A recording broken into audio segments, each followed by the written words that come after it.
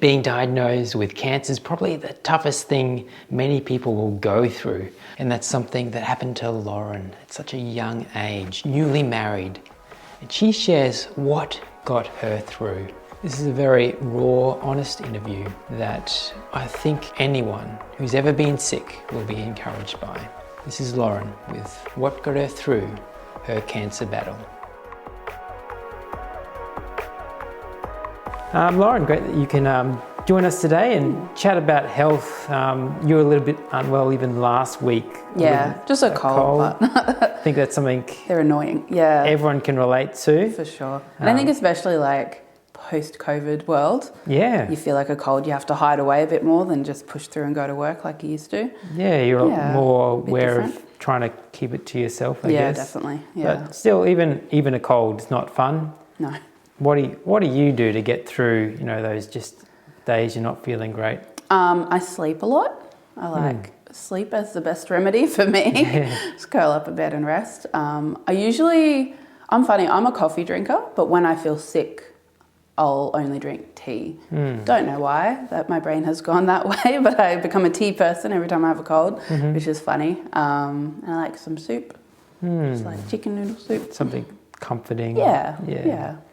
And maybe, you never know if these things really make a difference. But but they make you feel good, so. They make you feel good, it's got to be That's good, all you need, yeah. And I guess when you're sick, you're a lot more aware of your body, and normally you don't think about, you just get on with what you're doing. But when you're sick, you're really aware of, I guess, humanness and your vulnerability, and just not so long ago, you've gone through a bit of a cancer battle. Yeah.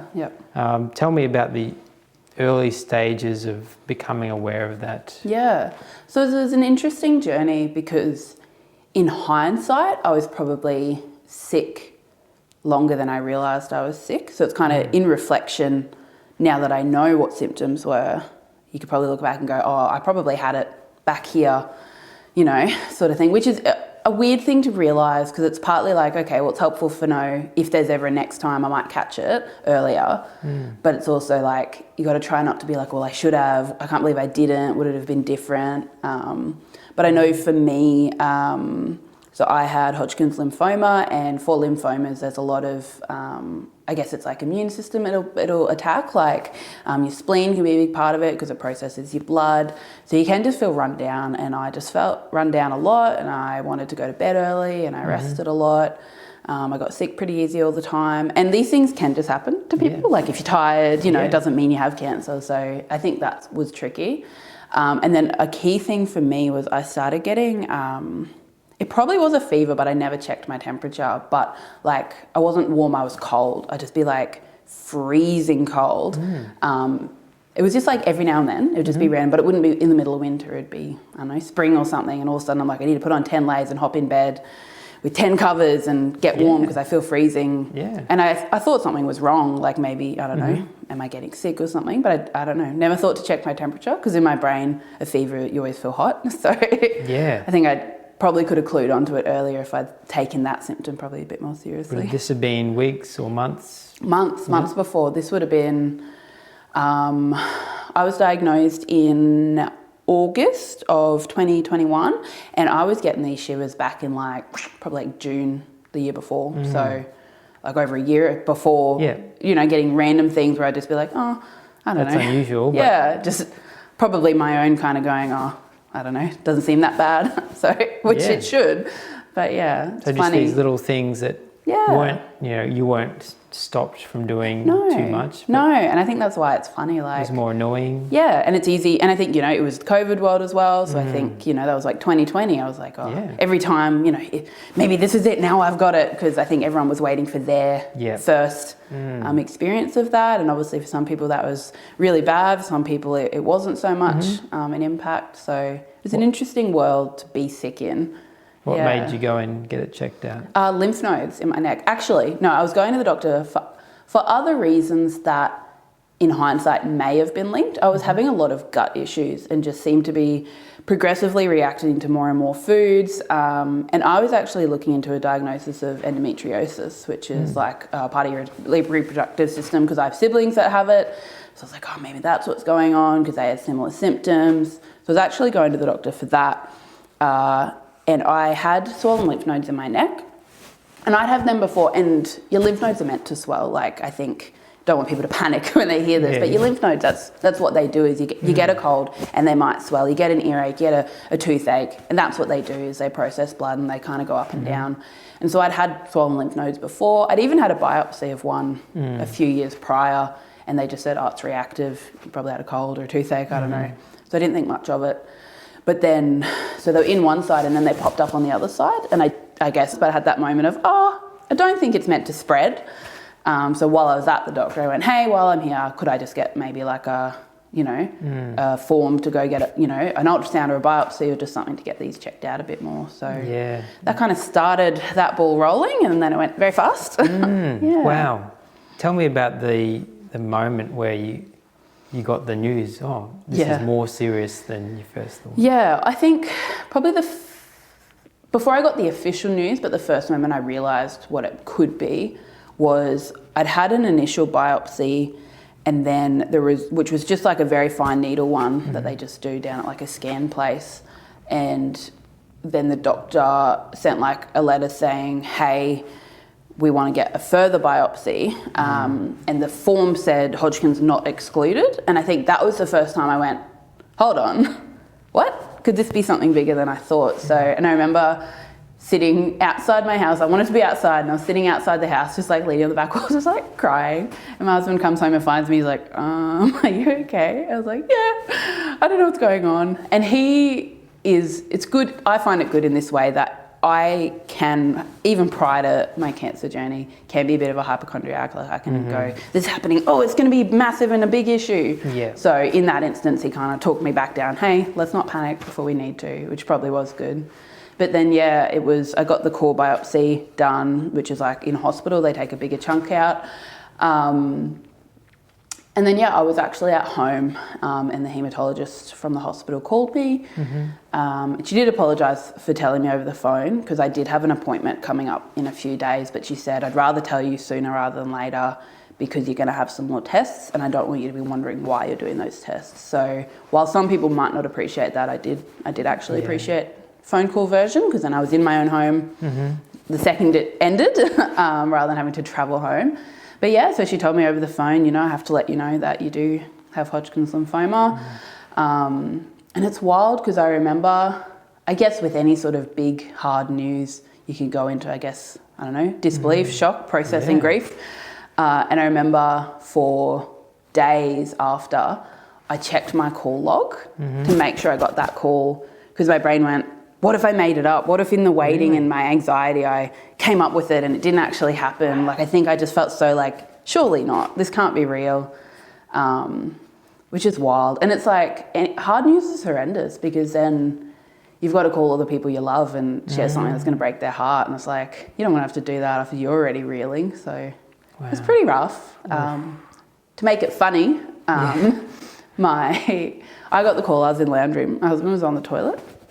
But of course I was like, I have to tell him straight away. So I opened the door while he's sitting there. I've got cancer. And he's like, I don't know what to do right now. So it was a bit of a dumb moment, but it was funny. It kind of made it like, okay. Yeah. We've done the hard bit. We've ripped off the Band-Aid. This is stupid. Now actually let's have a chat. But yeah, you don't know what you're going to do till you do it. No. Really. And that I can understand that feeling of just not being able to accept it for a while. Yeah. That how can this be happening? Yeah. And was it really, do you think that was shock? Oh, absolutely. And I think shock, and then I think, to be honest, a lot of my, grief in my diagnosis the whole time, like at first and even since, has probably been more the potential impact on fertility, more than actually having cancer, which is, wild. But I guess, for us, we were only 5 months married. We were very newly married. We knew we wanted kids, but we hadn't really thought about it yet. And then, almost overnight, I've got to make decisions about, we ended up freezing eggs, but we're like, are you gonna freeze embryos? Are you gonna freeze eggs? Are you gonna do nothing? What choice do you want to make? And is there an ethical element for you personally, which for us, there was, just due to our faith. We chose to go with eggs, but I have friends who've gone other routes, and so it was my personal decision to go that route. But it's wild, and then having to, my husband had to give me needles every day so you could get your hormones right, to go get, all this in a few weeks to then start chemo was wild. So it's kind of like you hop on and it just is go for months. You don't really get to breathe. How did you make those decisions under that sort of stress? I knew I wanted to do some sort of preservation because I think it was, for me, it wasn't a question of yes or no, it was a question of what option do we choose? And then I think it was just thinking through what are the long-term implications, which ones have the better chance, and then just settling where we felt comfortable. Yep. For me, like I said, I've kind of mentioned, faith is an element. So for me, I prayed, and I've often felt guided by like a sense of peace, like it says in the Bible that, peace of God surpasses all understanding. And I've found in some sometimes hard decisions like this, sometimes just like employment decisions, which can be hard, but that I often felt guided by like, okay, I just feel most peace in this area. And so I choose to follow that. And for me, it's worked out. So that kind of helped make some of those big decisions about we have to make a call. Yeah. What call are we going to make? Tell me about the peace during this whole journey. Imagine it would have ebbed and flowed. Oh, absolutely.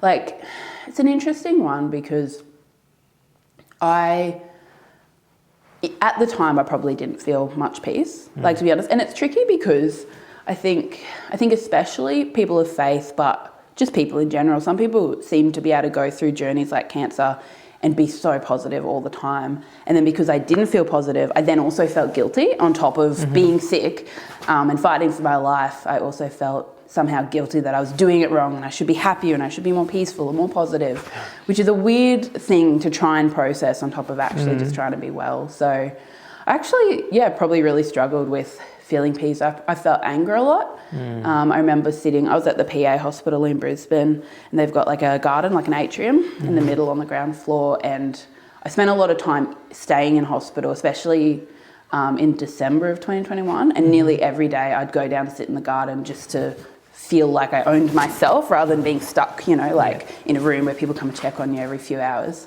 And I remember just sitting there and mostly to my husband just talking. I was just angry, not at God, but angry that he would allow it, if does that make sense? Like, I didn't think he was bad, but I was like, I just don't get it. Like, why would you let this happen? And I'm sick of being here. I hated the hospital. Some people don't mind it. I did not cope. So I think I had to work really hard to seek that peace in that season. I found sometimes there was a few songs that just got me through it. Like there's this one called Lord Send Revival, and there's an acoustic version and just something about it, obviously God on it for me, but just brought me a lot of peace. So that song got a significant number of listens. So I just have it on repeat all the time, or finding things that help me feel safe or comforted. So like I'd put rain noise on I often had a room of my own because I had no immunity, so they tend to separate you in hospital so you can't catch anything off anyone else. So while having no immunity is scary, especially in a world with COVID or all sorts of other illnesses, it was a blessing that I got to have my own space and I wasn't hearing 5 other patients and their lives and their friends and family. I was just alone. So I'd at night put rain music on my phone. That way there was some sort of white noise other than the beeping of the hospital, but I found that would bring me peace. Or, So you're okay being alone with your thoughts? Yeah, I'm not. I think in that season it was pretty rough. It was probably a lot of fear of, they say it's survivable, but what if I don't? And probably like I said, the fears around because I'd really like to have children. I know my husband would. It was kind of like, I guess again, guilt, like the sense of, even though I didn't cause my illness, have I robbed us of a future that we want? Which is a weird thing to reconcile. I think since then I have reached a point where I genuinely believe that God's done a healing in my body, and I believe that we'll be able to have children. My hope is that that's without IVF intervention, but if it happens, it happens. I still trust whatever that's going to look like when we are ready in the future for that. But But yeah, it's a lot. It's a lot of emotions all at once, and they change every day. But I think fear probably was a big driver. So yeah, hard to kind of push yourself towards, I need that piece and I need to grab that and I need to be intentional about listening to the song, or what's a noise that makes me feel comforted, so I'll listen to that to create my piece, you know, rather than just lay there and hope that it comes sometimes. Yeah. I was speaking to another friend who's recently gone through a cancer journey himself, and he said people just don't understand how hard it is to get through, and a lot of people give up. They just can't, you know, keep going. So what was it for you? How did you cope with all of it? The mental, the emotional, the physical? Yeah. I think for me, I chose to kind of pull in and kind of go into a bit of a bubble. And for me, that was helpful. I think to kind of just lock down and focus on myself. Like, I think I can be quite a, what's everyone else doing or what does everyone else think of me person. So it was important for a season where I was not well to make sure that I made my priority myself and my health, which was hard.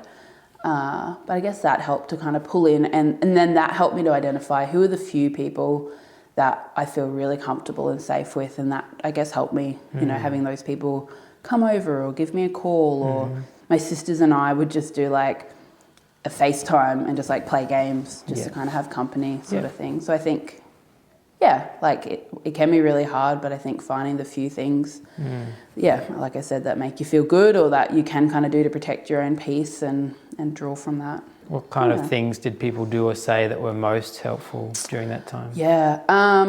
Honestly, practical things were probably more helpful most of the time. There was a few different people that offered, when we were at hospital or I was and Lee was at work or something, they'd come over and they'd just clean. And that was so helpful because, so Lee, my husband, was working full time while trying to take any tiny bit of leave he had off to take me to the hospital, or some days I just wasn't well and needed to stay home. And people coming over to just tidy our house and clean it was such a burden lifter, because it just, the house felt nice, but it took something off our plate, which is really good. Or like practical, like meals. We had people give us like gift cards for like the shops, so we could just go and buy food, take a bit of the financial pressure off. I think those things were very helpful. There was a few people that would check in quite regularly and share Bible verses, and I think that was helpful. And it's interesting, depending on where you're at, your readiness to receive that. Like if I was having a week where I just felt angry, I was like, I don't want to read that. I know God's real. I don't want to think about it right now because I'm angry. Which is funny because like I've been firm in my faith for over a decade now, and so it's interesting that, you know, I could go through a season that didn't rock my belief, but more where I just felt a bit, you know, miffed and disinterested at times. But then there was other times where one friend shared Psalm 23, which talks about like God provides like green pastures to lie down in, and I think it's 23. And she shared like a different version, and it just had this phrase in it that, you know, he gives me a place to catch my breath.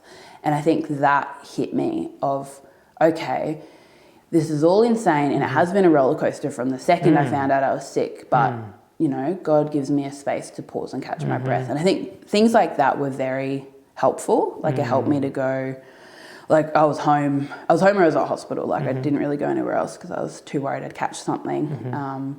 So I'd put a picnic rug in my backyard and put pillows on it and take out a water bottle and a cup of coffee, and I'd just lay out there and, you know, rest, and I'd sleep sometimes on the rug in my backyard, but it was a way to catch my breath. And I think things like that are really helpful to just create small moments of, this is nice even if I'm at home, I'm outside, I get fresh air, there's birds.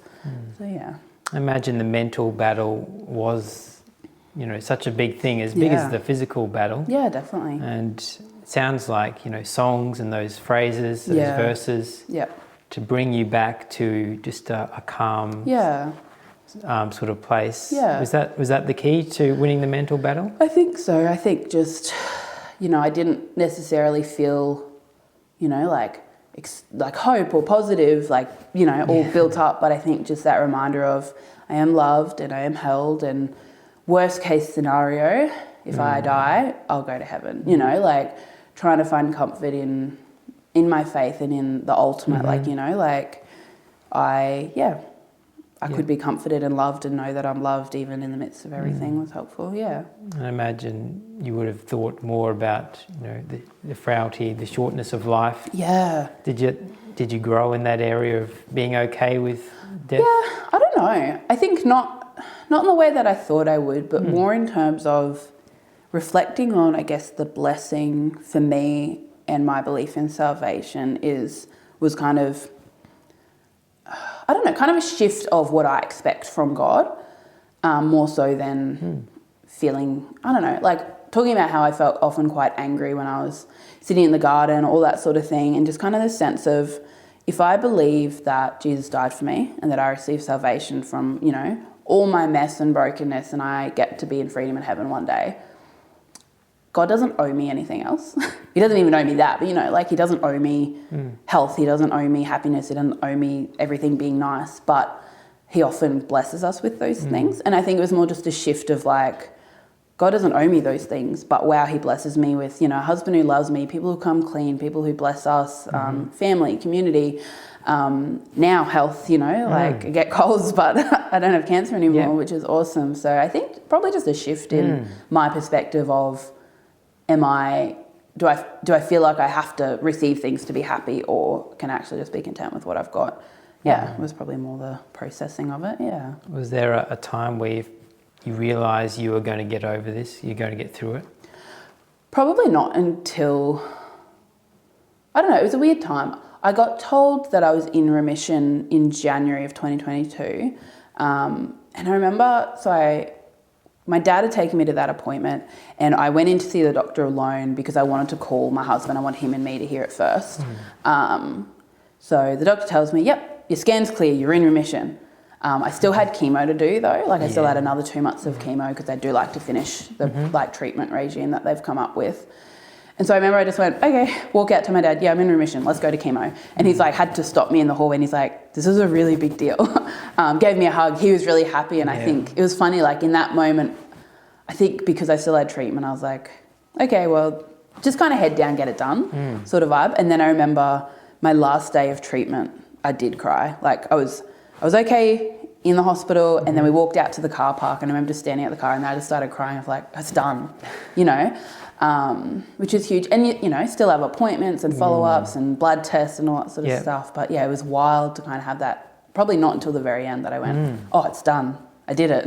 Was there a sense of disbelief there as well that it's over? I think so. I think so much gratefulness, like, you know, chemo sucks, you know, it's not fun. Not that anyone would think it's fun, but yeah, like, and I think I personally really struggled with this concept of like sitting in a chair and having drugs pumped into me. They're apparently meant to help, but they make you feel horrendous. And I think I just always felt really unsettled. I think some people are able to kind of switch off and just go, oh, it is what it is, which is great, but I didn't. So I think for the last one to be done, I was like, oh, cool, freedom. So, yeah.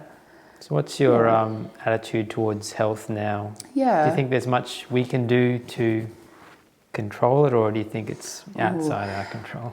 Bit of both, isn't it? Yeah. I think you can control it till you can't. I think, yes, in terms of, you know, being intentional about, are you fueling your body well? Are you doing things that help maybe your immunity, you know? Are you moving your body so that you feel well? And I think that was like a big one for me. Like I remember when I was sick, I couldn't do anything. Like I had a dining chair in the kitchen because I couldn't boil the kettle without feeling like I was going to pass out. I had to sit down. So it's wild, I guess, when you regain that strength to realise, you know, like being well is sometimes just being able to do life, you know, without doing big extra things. And I think, you know, you can take it for granted until you don't have it, that energy. So yeah, trying to work on strength definitely is something I enjoy going and moving weights at the gym just to feel strong. Because I think, you know, when I used to be able to not do a lunge because I didn't have any muscle tone and I'd fall over, like it's nice to just go and feel strong and capable and look after yourself. Yeah, it's good. So after going through this at such a young age, you wouldn't have expected that. How do you face the future now? Is it a different outlook? I think kind of what I said before about like that reflection on God doesn't owe me anything, but wow, what a blessing and gift and opportunity gives me ahead of me. So I think more trying to take opportunity, probably more passionate about sharing either this story or other parts of my story with people and kind of going out and showing other people love. Yeah, probably just a bit more active, a bit more driven. Yeah. So motivation for making a difference. Yeah, and I guess like that sense of like urgency, and not in like a bad pressure way, but just like anything could happen, you know, why not share my story today if that's what I can do, rather than hope I'll do it tomorrow, I'll do it next year when I'm a bit quieter, you know, you don't know what will happen. So do it while you can. Yeah. And what would you say to somebody, or, you know, do to help somebody if they were to come to you and say, I've just been diagnosed with cancer? Oh, it's a tricky space because I guess everyone's journey is different and it can bring up like a lot of emotions. I'd probably direct them to find supports. Honestly, I probably wouldn't want to be a long-term one of them unless they were already a good friend for sure. But I think, you know, it is a lot, and it's good to find people who get you. Online communities have been really helpful. Like I found like a Lymphoma Australia online group, and just other people that just kind of get it. It's sometimes helpful, sometimes not. Sometimes I'll mute it for a while because I don't want to be reminded of it. But just find a community, find people that can support you. And if you don't have that, I think there's a lot of really great organisations that can kind of fill that gap. The church is one of them, and there are other ones out there. So I think it's connect yourself in with people that can care for you and support you and lift you up when you can't lift yourself. Yeah, good advice. Yeah, well, thanks, Loren, for sharing so openly. No worries. And I'm sure that'll encourage lots of people. Yeah, thanks for having me. If you were encouraged in any way by that interview, please let Loren know in the comments below. What an inspiring story. We interviewed Dee not too long ago about her cancer journey. And if you're interested in this topic, I encourage you to check that video out as well. Otherwise, I hope that you've enjoyed this episode and will join us next time for the Figuring Life Out Together podcast. See you next time.